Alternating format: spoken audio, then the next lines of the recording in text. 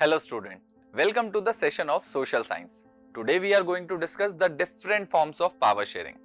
अब जैसे हर काम को करने के अलग अलग तरीके होते हैं, ऐसे ही पावर शेयरिंग के भी बहुत सारे तरीके हैं. हम एक एक करके उनको समझेंगे, पर पिछले सेशन में हमने एक बात कही थी. Power sharing is the very spirit of democracy, यानी पावर शेयरिंग डेमोक्रेसी की आत्मा है. तो इसका मतलब सभी डेमोक्रेसीज में इसका होना जरूरी है. तो चलिए थोड़ा सा डेमोक्रेसीज की तरफ देखते हैं. ड्यूरिंग 1900 से 1975 के बीच में बहुत सारी कंट्रीज ऐसी थी जिनके पास डेमोक्रेसी थी ही नहीं, क्योंकि उस वक्त डेमोक्रेसी बहुत फ्रेजाइल आइडिया था. आसान नहीं था डेमोक्रेसी को हैंडल करना. और इसी वजह से आप वर्ल्ड मैप पे देख पाएंगे बहुत कम कंट्रीज हाईलाइटेड हैं जो कि डेमोक्रेटिक हैं. पर बाद में ये सिनेरियो चेंज होता गया.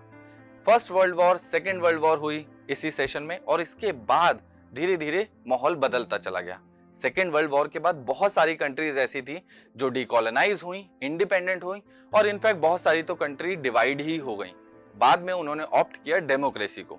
ज्यादातर कंट्रीज अब आपको यहाँ पर देखने में हाईलाइटेड जो पोर्शन है वो डेमोक्रेसीज नजर आ रही हैं. यानी पहले के मुकाबले नंबर ऑफ डेमोक्रेसी इंक्रीज हुआ, क्योंकि डेमोक्रेसी एक फैशन बन गया. जैसे आज हम गाड़ी लेने जाते हैं तो सनरूफ हर कोई चाहता है, तो सनरूफ एक फैशन है, जरूरी नहीं है, वो एक नेसेसिटी पार्ट नहीं है. ऐसे ही यहाँ पर डेमोक्रेसी एक बहुत इंपॉर्टेंट आइडिया बन गया था, क्योंकि इसकी एक पॉजिटिव आउटलुक थी. सबको लगता है अगर डेमोक्रेसी है तो कहीं ना कहीं लोगों का विश्वास होगा, एक पॉजिटिव आउटलुक दिखाता है एक कंट्री की. तो सभी कंट्रीज डेमोक्रेसी को ऑप्ट करती हैं. अब जब डेमोक्रेसी ऑप्ट करी तो उसके साथ एक आइडिया डेवलप होता है पावर शेयरिंग का. अब पावर शेयरिंग का जो आइडिया आता है वो एमर्ज होता है in opposition to the notion of undivided political power.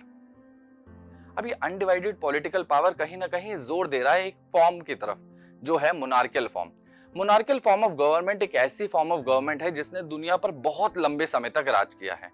दिक्कत मोनार्कियल फॉर्म ऑफ गवर्नमेंट के साथ ये थी कि वो अपनी पावर कभी शेयर नहीं करती थी. इसी वजह से लोग उसे नफरत करते थे, और लोगों ने बाद में मोनार्की को हटाकर कहीं ना कहीं रिपब्लिक या डेमोक्रेसी की तरफ अपना रुख किया. अब बहुत लंबे समय तक ये भी समझा जाता था कि पावर को इसलिए भी शेयर नहीं करना चाहिए क्योंकि पावर कहीं ना कहीं एक पर्सन या किसी ग्रुप के पास एक पर्टिकुलर जगह पर रहनी चाहिए. तो ये क्यों कहा जाता था? क्योंकि बहुत लंबे समय तक लोगों को लगता था कि अगर पावर को डिस्पर्स किया जाएगा, यानी बांटा जाएगा, तो कहीं ना कहीं पॉसिबल है कि जल्दी से डिसीजन नहीं आएगा, डिसीजन लेने में बहुत टाइम लगेगा. राजा बहुत आसानी से बहुत जल्दी डिसीजन ले लेता था, तो लोगों को लगा कहीं अगर पावर को बांट दिया तो डिसीजन लेने में बहुत ज्यादा टाइम लगेगा.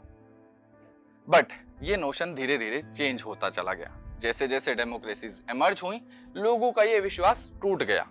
लोगों को लगने लगा कि अब कुछ चेंजेस आएंगे, क्योंकि डेमोक्रेसी का एक बेसिक प्रिंसिपल होता है that people are the source of all political power. यानी सभी पॉलिटिकल पावर का जो मेन सोर्स है वो लोग हैं. जैसा हमने डेमोक्रेसी की बेसिक डेफिनेशन में समझा था कि democracy is the form of government where the people choose the representative, यानी सत्ता लोगों के हाथ में है. और इसीलिए कहा भी जाता है कि लोगों से देश बनता है, देश से लोग नहीं बनते. और इसी वजह से डेमोक्रेसी की अगर हम बात करें तो people rule themselves through the institution of self government. लोग पहले सरकार को चुनते हैं, फिर सरकार इंस्टीट्यूशंस बनाती है, और एक सेल्फ गवर्नमेंट का मॉडल सामने आता है जिसमें कहीं ना कहीं रिस्पेक्ट किया जाता है सभी डाइवर्स ग्रुप को, और साथ ही साथ उनके सभी व्यूज को जो हमारी सोसाइटी में रहते हैं. इसके बाद बात करें तो सभी के पास अपनी वॉइस है. आज अगर आप अपने घर के एक छोटे से बच्चे से भी पूछें, वो अपनी एक राय रखता है. वो अपने बारे में बता सकता है कि उसे क्या पसंद है, क्या नहीं पसंद, क्या ठीक है और क्या नहीं. तो ऐसे ही यहाँ पर बोला गया everyone has a voice in shaping the public opinion.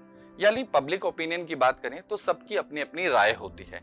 और इसी वजह से डेमोक्रेसी में पॉलिटिकल पावर डिस्ट्रीब्यूट करनी चाहिए सभी सिटीजन्स के साथ जितना कि पॉसिबल हो सके. अब हम बात करते हैं मॉडर्न डे डेमोक्रेसीज में किस किस तरीके से पावर को शेयर किया जाता है. तो आइए देखते हैं. सबसे पहले हम बात करें तो इसके बहुत सारे मॉडल हैं, पर ये चार बहुत कॉमन है. सबसे पहले वर्टिकल लेवल, जहां पर पावर को वर्टिकल लेवल पे डिस्ट्रीब्यूट किया जाता है. उसके बाद पावर शेयरिंग की जाती है एट द हॉरिजॉन्टल लेवल, यानी सेम लेवल पर सरकारों में इसका बंटवारा होना.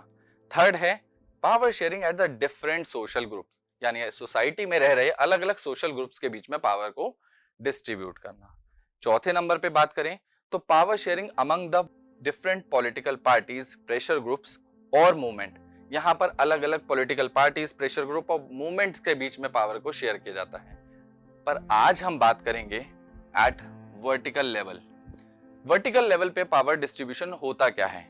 तो बेसिकली एक डिस्ट्रीब्यूशन है किस चीज का? पावर का। Power at the different level of government.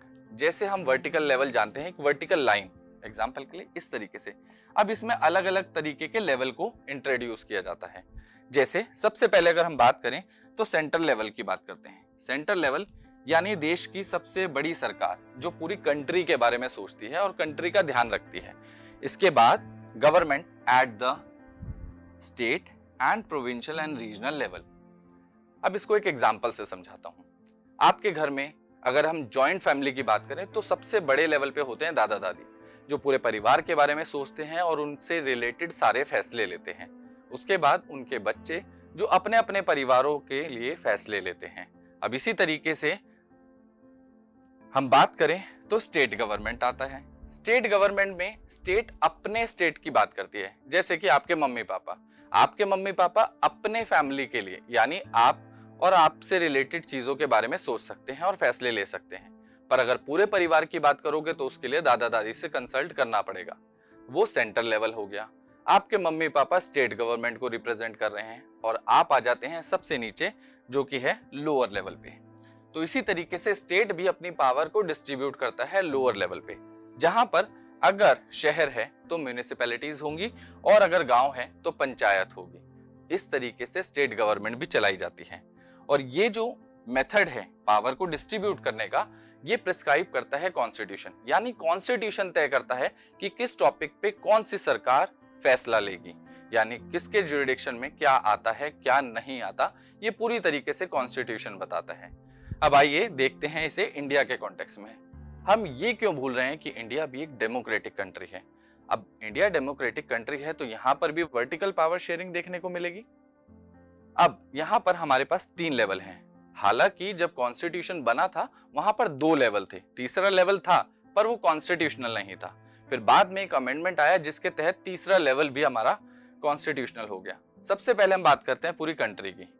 उसके लिए इमेजिन कीजिए आप अपना एक नक्शा, भारत का वो मैप जो फिजिकल फॉर्म में आता है, जिसमें भारत की सिर्फ आउटलाइन दिखती है।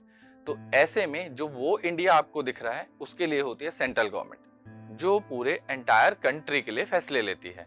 अब इसे या तो सेंट्रल गवर्नमेंट कहा जाता है या यूनियन गवर्नमेंट कहा जाता है। सेकेंड नंबर पे आती है स्टेट गवर्नमेंट। जैसे हमारे भारत में, अब हम एग्जाम्पल से ही चलते हैं तो समझते हैं इंडिया का पॉलिटिकल मैप। इंडिया के पॉलिटिकल मैप में बहुत सारे स्टेट्स होते हैं, अलग अलग स्टेट्स हैं, जैसे पंजाब, हरियाणा, उत्तर प्रदेश, मणिपुर, नागालैंड, असम, मध्य प्रदेश, गुजरात, महाराष्ट्र, तमिलनाडु, केरल, बहुत सारे स्टेट हैं। सबसे पहले चलते हैं बीच में, सेंटर में मध्य यानी मध्य प्रदेश। अब मध्य प्रदेश एक स्टेट गवर्नमेंट है, अपने से रिलेटेड फैसले बना सकती है, पर मध्य प्रदेश कभी भी गुजरात या असम या किसी और स्टेट से रिलेटेड फैसले नहीं कर पाएगी। उसका काम अपने स्टेट तक ही सीमित है और वो अपने स्टेट से रिलेटेड सभी इशू को डील करेगी और इसीलिए इन्हें स्टेट गवर्नमेंट कहते हैं। थर्ड लेवल पे आता है लोकल लेवल, जहां अपनी परेशानियां शायद हम खुद भी सॉल्व कर सकते हैं। और ये एक बहुत अच्छा मॉडल होता है सेल्फ गवर्नमेंट का, जिसके लिए और फर्दर डिवीजन किया गया। मध्य प्रदेश में कुछ गांव होंगे और कुछ शहर होंगे। गांव के लिए लाया गया पंचायत सिस्टम और शहरों के लिए लाया गया म्यूनिसिपैलिटीज, जिसमें म्यूनिसिपल कॉर्पोरेशन और म्यूनिसिपल काउंसिल दोनों होते हैं। तो इस तरीके से आप देखेंगे लोकल प्रॉब्लम को लोकल लेवल पे ही सुलझाया जाता है। और ये पूरा मॉडल आता है वर्टिकल डिवीजन ऑफ पावर के अंडर में। तो पावर को ऊपर से नीचे की तरफ डिवाइड किया गया। तो ये था हमारा वर्टिकल डिवीजन ऑफ पावर, जिसके बाद हम अगले टॉपिक्स पे बात करेंगे अगले सेशंस में। आज के लिए आपके एक task, how power is being shared at the different level in the new democracies. तो आप इसको एक्सप्लेन करेंगे और एग्जाम्पल के साथ समझाएंगे। अब मैं आपसे मिलता हूं नेक्स्ट सेशन में। Till then keep learning and keep smiling.